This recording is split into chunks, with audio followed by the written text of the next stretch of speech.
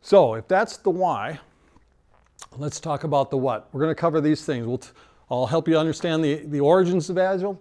You should know something about the Agile Manifesto, where that came from, why that applies.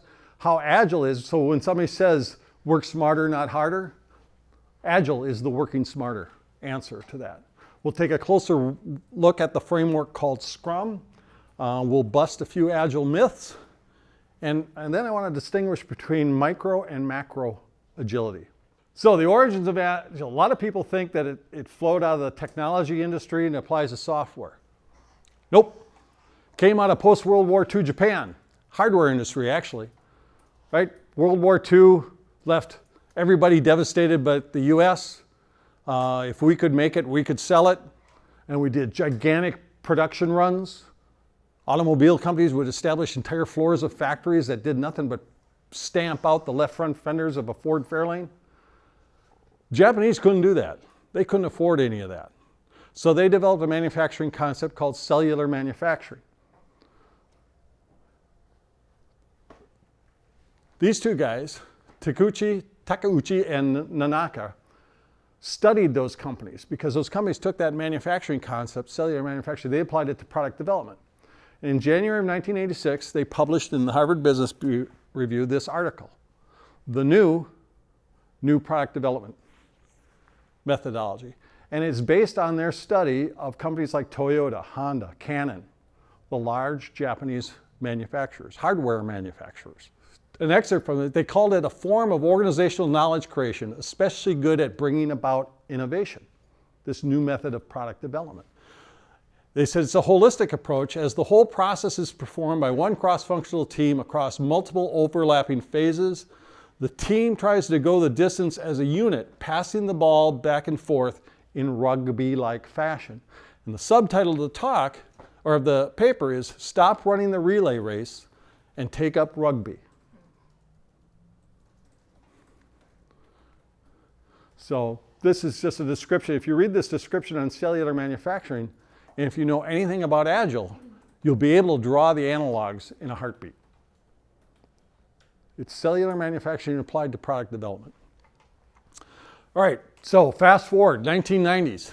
Frustrated by the fact that a $300,000 software development project was really $30,000 worth of work and $270,000 of meetings, rework, managerial reviews, and other nonsense, the software development community began working on alternative approaches to development.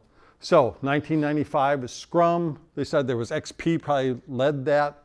There were extreme programming, light methodology. I think extreme programming came first. Feature-driven development, Crystal, Lean, Kanban, and there's a bunch of others. At the heart of any of those is the recognition that product development is not a defined process like manufacturing.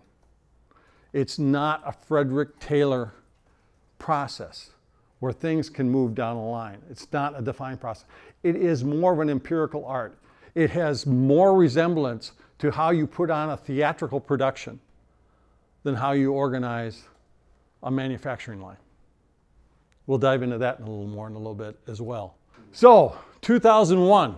February 2001, 17 men, and they were all men.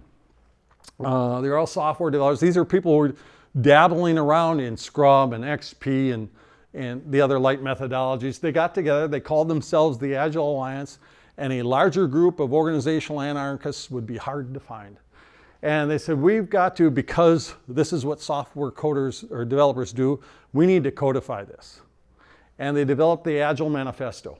It was originally called the Manifesto for Agile Software Development, later renamed the Agile Manifesto, and it was finally released, issued in August of 2001. And I think this is the reason why most people associate Agile strictly with software development and not with anything else. But it applies to hardware, it doesn't matter, it applies. And so we're going to walk through this because this is core to that Agile philosophy. This is the heart of the Agile. There are 4 core beliefs. Facilitating change is more effective than attempting to prevent it or predict it because your powers of prediction suck. You're better off, but your ability to respond is way better. That's number 1. We're going to move away from making stuff up or doing things based on speculation to more of an empirical approach based on transparency, inspection, and adaptation. We want to do this with people where there's mutual trust and respect because we can get a lot more done. And we want to do it in a more collaborative, people-focused organizational model so we're not always on that hamster wheel, that organizational treadmill.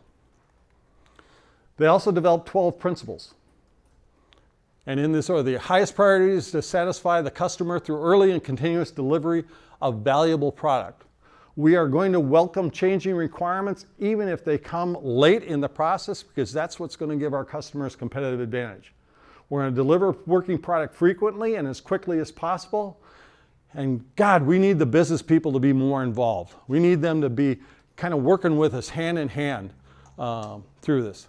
We're going to build teams around motivated individuals, competent individuals, and we're going to support them with the environment. We're going to give them what they need, and then we're going to get the hell out of their way so they can do their work.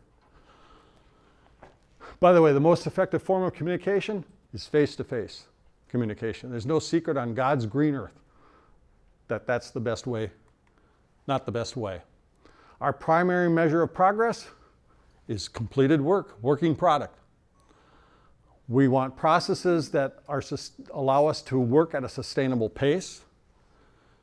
And by the way, we need continuous attention to technical excellence, because that's going to, and good design, because that's going to enhance agility over the life of the product, whatever it is. And at the same time, we place a high value on simplicity. The days of building stuff or adding stuff in because you can, we should stop that. We're talking about the art of work that is not done. The best architectures and requirements and designs emerge from self-organizing teams, assuming those teams are people who know what they're doing and motivated. And at regular intervals, the team is going to get together to reflect on how things went. How can we make it better? Those are the principles. Now, another really cool thing they did, they specified some value trade-offs, 4 of them, as a matter of fact.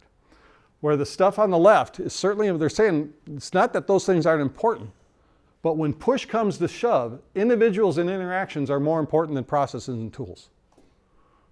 Working product is more important than comprehensive documentation. Customer collaboration is more important than contract negotiation, and responding to change is way more important than following a plan.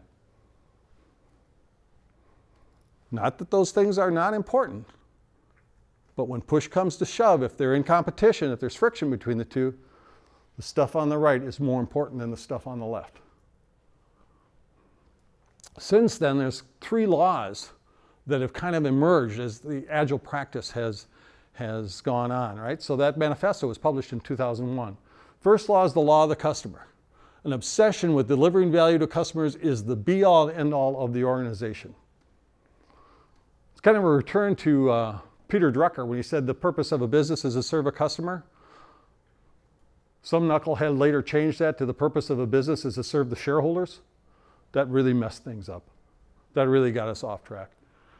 Second is the law of the small team. Presumption that all work will be carried out by small self-organizing teams working in short cycles, focused on frequent delivery of value. And then the law of the network. A continuing effort to obliterate bureaucracy and rigid hierarchy so that the organization operates as a peer-to-peer network. All working together focused on delivering value to that customer. Everything is focused on being of service to the customer. Agile is a way of doing that, delivering that value. So doing it with speed and frequency, doing it in harmony with change, and doing it at a sustainable pace. These are the organizational performance characteristics needed to prosper in a VUCA world. Think value. It also provides benefits, when you think about it, for all stakeholders. So there's a lot of talk about stakeholders. Every organization has a number of parties who have a stake in their success. And it may vary, but I'll have at least 5. Customers, by the way, I am listing this in order of importance. Customers, employees, owners, suppliers, the communities to which you belong. Now you may have more, you might have a union, you might have regulators, you might have other folks, but everybody has those 5. Agile provides benefits. We'll deliver more value to our customers more quickly and frequently. We'll empower coworkers at all levels to connect, create, surprise, and succeed, engendering more true pride in craftsmanship and genuine joy in the workplace. Wouldn't that be cool? And for our owners, for the shareholders, we're going to have more adaptable yet dependable plans, more reliable commitments, more easily managed risk, and more durable competitive advantage. And we're going to do this with more reality, so less lying to each other, and less stress for everyone. That's the idea. Any questions? When you talk about genuine joy in the workplace, at what point does HR and culture come into this? It is the ballgame. Yeah. Not HR so much, but culture. So we're talking about means to it. I will tell you, so getting ahead of the game here, it is all about culture. The key to all of this is the culture of the organization. And the key to the culture of the organization is leadership. That's where we're headed, folks. We're going to dive into Scrum because that's kind of the market leader, 80%. Scrum was developed by these two guys, Ken Schwaber and Dr. Jeff Sutherland. Now, they were working independently back in the mid-90s. So Ken was at Advanced Development Methods. Jeff and some other folks were at Easel Corporation. And they discovered that they were working on the same kind of approach to software development. Sutherland talked Schwaber to join him at Easel Corporation. And they developed this framework and they presented it in 1995 at a workshop at the Object-Oriented Programming Language Systems Conference, UPSLA 95 in Austin, Texas. UPSLA 95, they presented it, and that's established Scrum. So later on, and the way they came up with the name, people will ask, well, what's Scrum stand for? It doesn't stand for anything. This is a nod to Nanaka and Taguchi on the rugby reference in their 1986, January 1986 HBR article. They just decided to call it Scrum. So I'm going to walk you through the framework. It's a pretty straightforward framework. And I'm going to walk you through the roles. There's not many. We're going to talk about that. All right? So the framework is this. It all starts with a role called the product owner. This is the most pivotal, the most important. This is the linchpin role. Okay? The product owner is the one person who's on the hook to make sure the Scrum team delivers products of the highest business value. And here's how they do that. They are the ones who go out and talk to all the various stakeholders. They synthesize what they hear. And then they create this thing called a product backlog. And this is a list in order of importance that is also refined. It says, this is what I need when. The stuff at the top of the list that I need soonest are refined to a greater detail than the things at the bottom of the list. Why? Because the things at the bottom of the list will probably change. You'll probably never get to them. So focus on the stuff at the top of the list. The product owner then meets with the rest of the Scrum team. By this I mean the development team and the Scrum Master. We'll talk about those in a second. And they conduct what's called a sprint planning meeting. And this is where the product owner reviews with the Scrum team, this is what I need, this is when I need it. And the developers will ask them, well, tell me about this, explain more about that. And by the way, did you know there's a predecessor dependency between this and this? So I know you got this way down here, but in order for us to do this, we got to move it up because we got to do this thing first. So they'll give them that kind of feedback. And they will produce, at that meeting, and they will produce the backlog for their sprint. These are the things they commit to do in their sprint. The sprint itself, you have your choice. It can range anywhere from 1 to 4 weeks. I think the average sprint duration in the US is 2.4, so 2 weeks, like that. And you're working on the development team. I said the product owner says, this is what I need when. It is the development team that determines how. The product owner does not get to do that. Only the development team, because they're the one creating it. All right? So they go through this cycle, And every day they get together and they have their daily scrum, or it's sometimes called a daily stand-up. That's because it's a short meeting. It's only about 15 minutes long. Because each member on the team, they go around the room, and each member of the team talks about three things, and three things. It's not a status meeting. It says, here's what I got done since the last scrum. Here's what I plan on doing before we meet again. And here's some problems or impediments that are keeping me from completing this item now, or here's some problems or impediments that I envision for this next thing I'm going to do. Can anybody help? And then there might be an after party of people who can probably help them, right? Every day. They'll also there's different metrics so they can track their progress. This is the example I threw up, is just a burn down chart. The other role is that of the Scrum Master. The Scrum Master is the keeper, the steward of the Scrum framework. Scrum does not talk a lot, is silent about a lot, how you do a lot of. Does everybody understand why I use the word framework rather than methodology? That's a deliberate choice. Okay, methodology is like a recipe for baking a cake. Take 2 eggs, add water, mix, beat to death, whatever, add butter. A framework, let's go back to our example of chess. Chess is a framework. You've got the board with the alternating squares of alternating colors. You got the different pieces, and each one has their own rules about how they must move, right? But it doesn't tell you how to play the game. That's up to you. As long as you move the knight like a knight and not like a bishop, right? Or a bishop like a bishop and not like a rook, you're fine. That's a framework. Scrum is a framework, not a methodology. So after their sprint cycle, whatever that is they chose, they get to deliver their product. It has to be demonstratable.